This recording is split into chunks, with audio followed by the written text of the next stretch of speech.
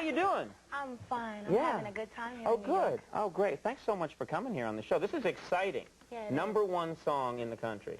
That's so crazy. I didn't think that would happen. Yeah, I often don't think that will happen to me, and it doesn't. But for you, I got to think it's still exciting. Even all the success you've had to have the #1, that's got to be great. That is great. I want to thank my record company. They're really behind me, and all my people that I have working with me. They're really supportive. And thank you guys out there for helping. That's great. I want to get some people. You have to say my peeps. My peeps? My peeps.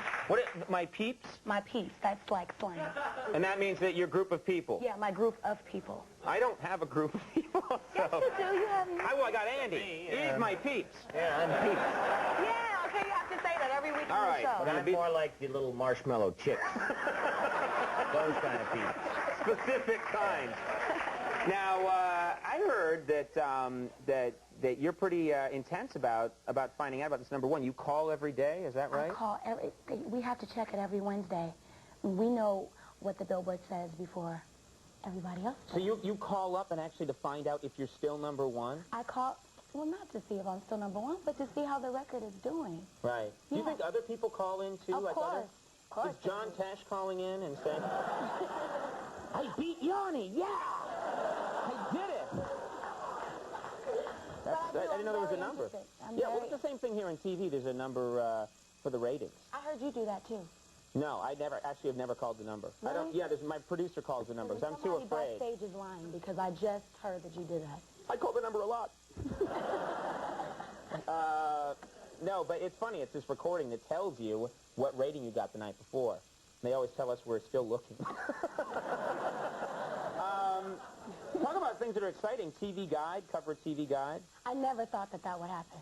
What? Because the last time... You're Brandy. Of course this will happen. No, I'm not I'm saying because the first time I got to cover TV Guide was with Whitney Houston and because of the Cinderella thing that I did. And I didn't think that would happen again. That's exciting. And my television show is not even in its next season, so I don't know why I'm on the cover of TV Well, you know what's funny is I was actually reading the article. I prepare for these interviews sometimes. And there was something interesting here. It said that you once stopped a concert because some people were talking in the audience. You stopped the whole thing cold. Is that true? It wasn't like, it was very innocent because, you know... I think that's a good... I'm all for you.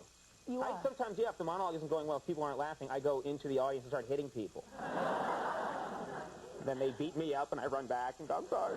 Well, actually, it was my listening party because I was just coming out with the album and it's just industry people, they like to communicate at these kind of parties and they were talking, so I said, can you please listen to me sing so you can see if you want to support me or not? And how old were you at the time? I was 14. That's amazing. I think that's very cool that someone who's 14 says, hey, wait a minute, shut up, listen to me. That's cool. Well, they listen. Yeah, well, they better listen. You know what's nice is, I just love this. I was reading an article on you and it said that you were really excited once you met Jaleel White, who plays Urkel. And you were really into the show. I'm just curious, what was your response to Jaleel White? Well, when I met him, he was Jaleel White. He wasn't Urkel, so I was very, very upset. So I asked him, I said, why aren't you Urkel? I need to see Urkel. I want to meet Urkel. And he said, well, I'm not Urkel. That's not me. And, you know, it was a whole conversation about him not being Urkel. That's going to cripple his life. For the rest of his life, whenever he meets a woman, I don't want you. Where's Urkel? And he's 65, and he has to get out the suspenders, and, you know, and make people... It's terrible. You know how when you meet people... Right. When you meet people, you want them to be the exact same when you meet them in person. And I was very upset because he was Jaleel. He was really cool. He was like, yo, what's up, Brandy? Nice to meet you. And I was like, right. I don't want that. I want Urkel. And he started crying and locked himself in a room. And, no, he laughed. I think we got so little time tonight, but Why? just... Why? I don't know why. Oh, because they only let us have an hour every night. They don't let us have the time slot after ours to bleed into more show. It's very bad. I think some nights, like tonight, we should have an hour and a half on the air, and you all agree. You should write NBC.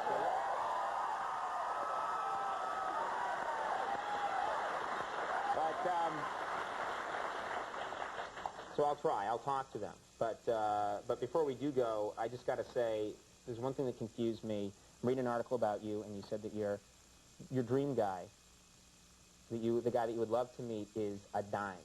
And I know it's a slang term. You taught me No, one, but that's I don't not know a what a slang. dime is.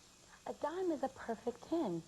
I didn't know that. Does everyone know? Did you know that? No, I did not. What kind of peeps are you? You know. Oh, I'm sorry, hit the mic. Sorry. Well, so you said this one article. You said, yeah, I really want to meet. I want to meet a dime.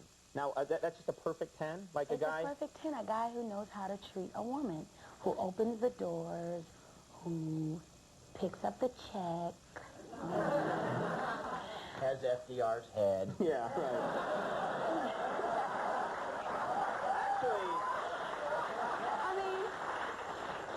Actually, it's Truman, I think. Oh, is it Truman? Oh. Check at home right now, ladies and gentlemen, but I think it's... I'm just trying to stop you from getting a lot of angry letters. I think it's FDR, isn't it? Settle this at home, Anybody folks. know? Who's got a dime? Yeah, everyone start looking. Yeah. All right. What's that? I'm looking for a guy, though. And, Yeah? and you guys are messing the whole thing up. I'm sorry. We're nerds. Like, you're here trying to talk about your dream guy, and we're like, no, I'm telling you, it's Truman. You misunderstand. That's FDR. Is it FDR? That looks like Truman to me. It's FDR. He doesn't have little glasses. He took them off for the dime. You sure? Yeah. All right. All right.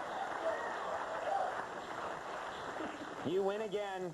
Moesha on UPN, Tuesdays at 8 o'clock p.m. Yeah. Everyone checks that out. And Never Say Never is in stores right now, but it sounds like people know that because it's doing great. So everyone go out there and buy that. Brandy, Please thanks buy so it. much for coming on the program. Thank you. Really.